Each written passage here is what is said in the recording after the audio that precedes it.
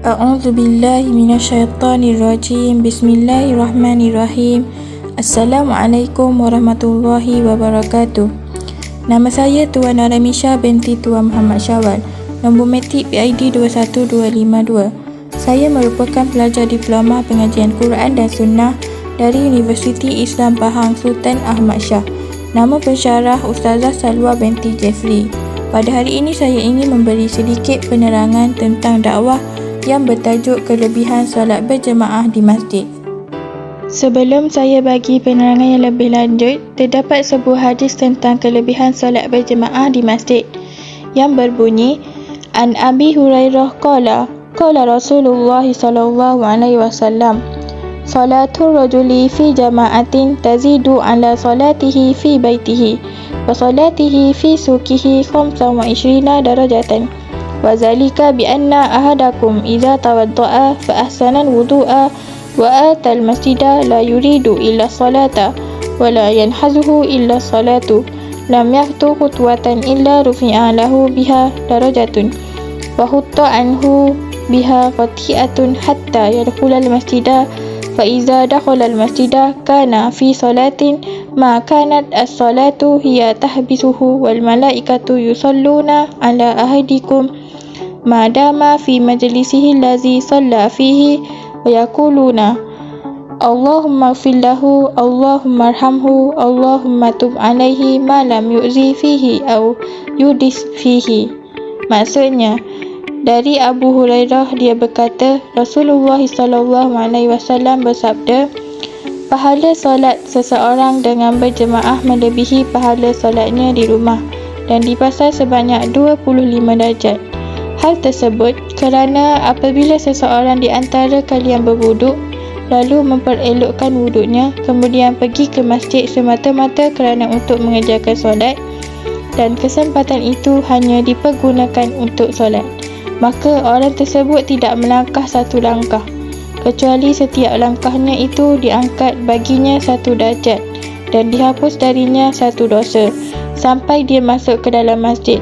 Apabila dia telah masuk masjid, maka dia dikira dalam keadaan solat selama tertahan kerana solat, tidak keluar dari masjid kerana menunggu solat, dan para malaikat akan berselawat memohonkan rahmat dan ampunan kepada seseorang di antara kalian selama dia tetap berada di tempat dia mengerjakan solatnya. Mereka, para malaikat berdoa, Ya Allah, ampunilah dia, rahmatilah dia dan terimalah taubatnya. Para malaikat itu berdoa demikian selama orang itu tidak mengganggu orang lain di tempat itu atau berhadas. Apa yang saya faham ringkasan dari hadis yang saya bacakan sebentar tadi, banyak kelebihan orang yang mengerjakan solat berjemaah di masjid. Antaranya adalah, yang pertama, solat berjemaah pahalanya melebihi 25 kali ganda pahala solat di rumah dan di pasar. Yang kedua ialah, seseorang yang berwuduk dengan sempurna kemudian pergi ke masjid semata-mata untuk mengerjakan solat berjemaah, maka setiap 1 langkah akan diangkat baginya 1 darjat dan langkah seterusnya dihapus darinya 1 dosa. Yang ketiga pula ialah, apabila dia masuk masjid, maka dia dikira dalam keadaan solat selama dia tidak keluar dari masjid kerana menunggu solat berikutnya. Yang keempat ialah, orang tersebut akan didoakan para malaikat untuk memohonkan rahmat dan keampunan oleh malaikat selama dia tetap berada di tempat dia mengerjakan solatnya, iaitu masjid. Yang terakhir ialah, para malaikat akan berdoa untuknya agar diampunkan dosa, dirahmati kehidupannya dan diterima taubatnya.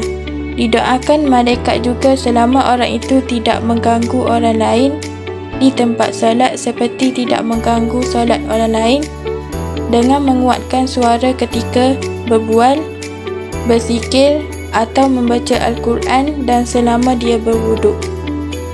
Maka, dari ringkasan hadis tersebut, kita dapat rebut peluang ganjaran berganda untuk solat berjemaah di masjid.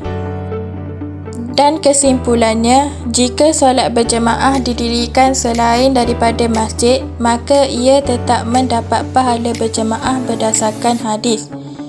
Ini kerana solat berjemaah paling kurang ada seorang imam dan seorang makmum.